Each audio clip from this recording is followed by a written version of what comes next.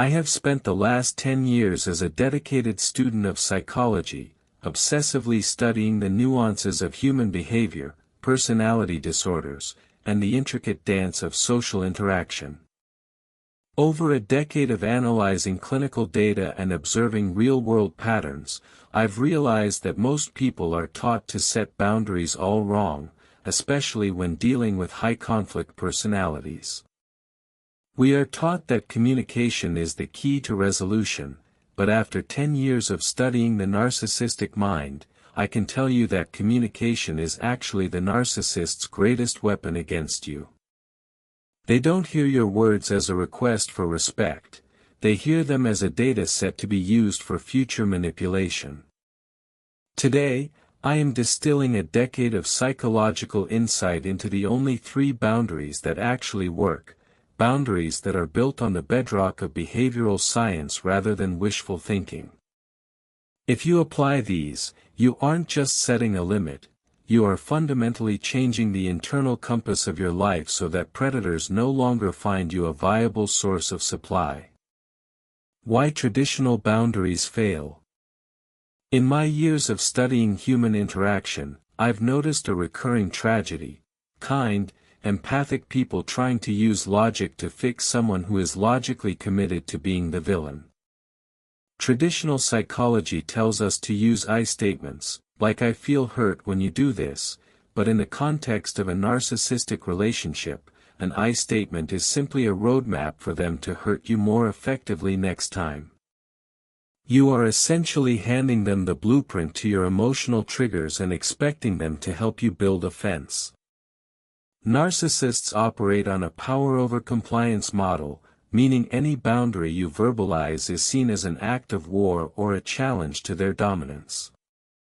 My research has shown that the only boundaries a narcissist respects are the ones they cannot argue with, bypass, or guilt trip you out of. We are moving away from declarative boundaries, things you say, and moving toward operational boundaries, things you do. This shift is the difference between a paper fence and a digital fortress, and it begins with understanding the specific psychological needs of the narcissist that you must stop fulfilling. The first boundary, emotional non-reactiveness, Gray Rock 2.0.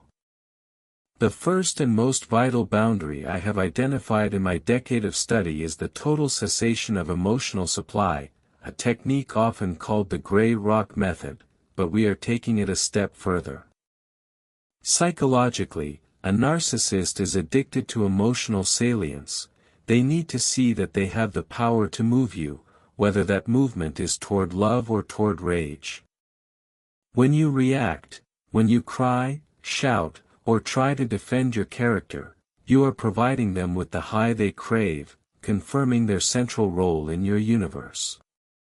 By choosing the boundary of emotional non-reactiveness, you are making a conscious, clinical decision to become the most boring person in the room. You answer in one-word sentences, you keep your tone as flat as a dial tone, and you refuse to take the bait when they insult your core values. This isn't about suppressing your feelings, it's about sequestering them, keeping your precious emotional energy for people who are safe. Over time, the narcissist's brain, which is wired for high-stimulation conflict, will find you starving their ego, and they will eventually look elsewhere for a more reactive host. The science of the boring response. To understand why being boring is so effective, we have to look at the dopamine loops in a narcissist's brain. From my study of behavioral psychology, I've learned that narcissists thrive on intermittent reinforcement, the cycle of highs and lows that keeps a relationship feeling like a high-stakes game.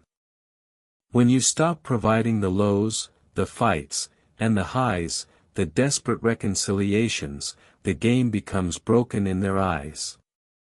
They will initially extinguish their behavior, which in psychology terms means they will ramp up the abuse to see if the old buttons still work.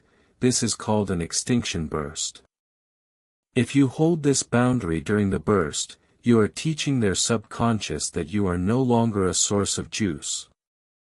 This requires a level of internal discipline that most people haven't been taught, but once you master it, you feel an incredible sense of autonomy.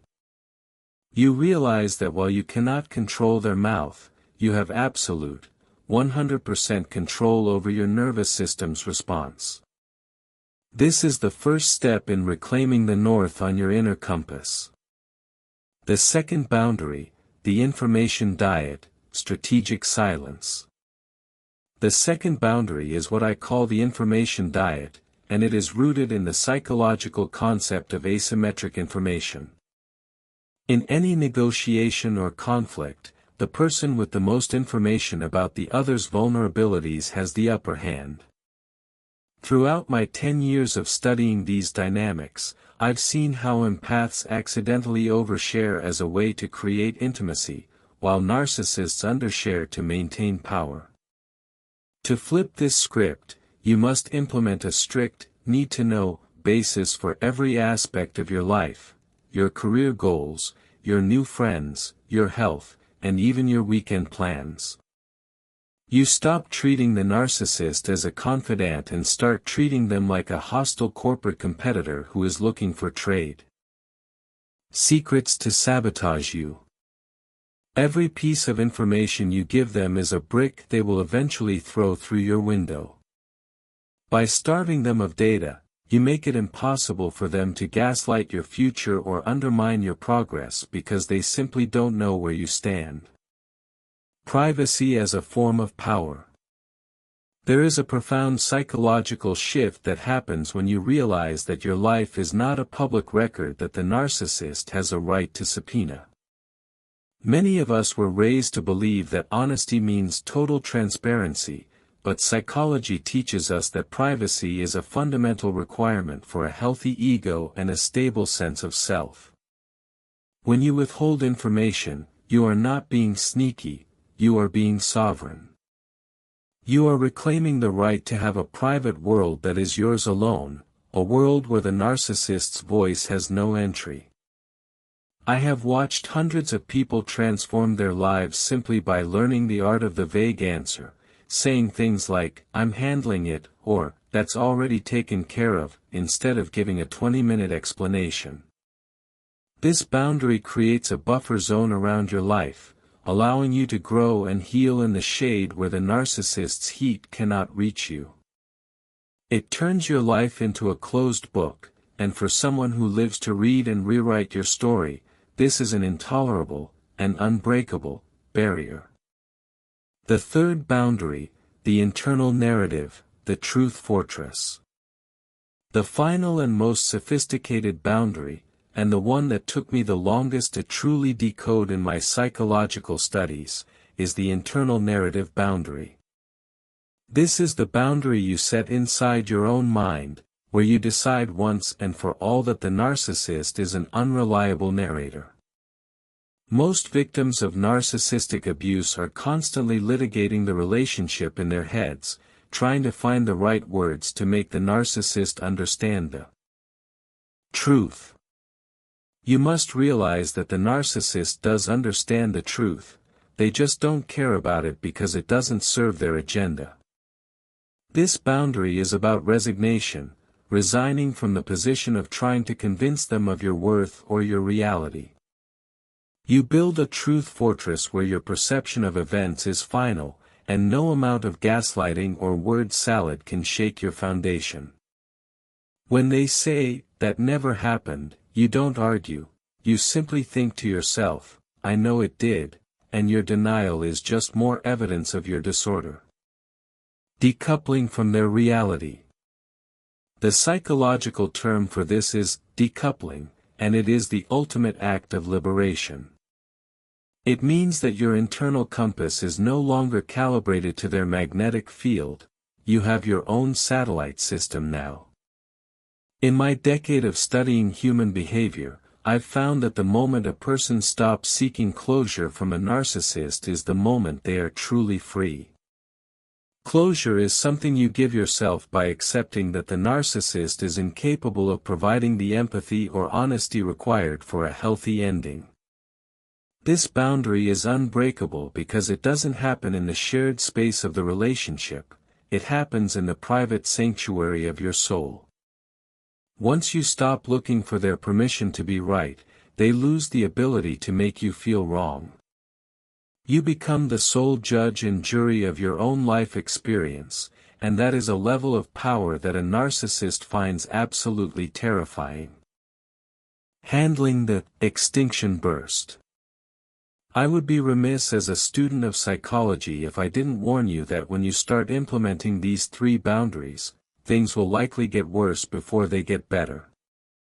This is the extinction burst I mentioned earlier, the psychological equivalent of a toddler screaming louder when they realize the candy is being taken away. The narcissist will try hoovering, sucking you back in with fake kindness, or smear campaigning, destroying your reputation with others.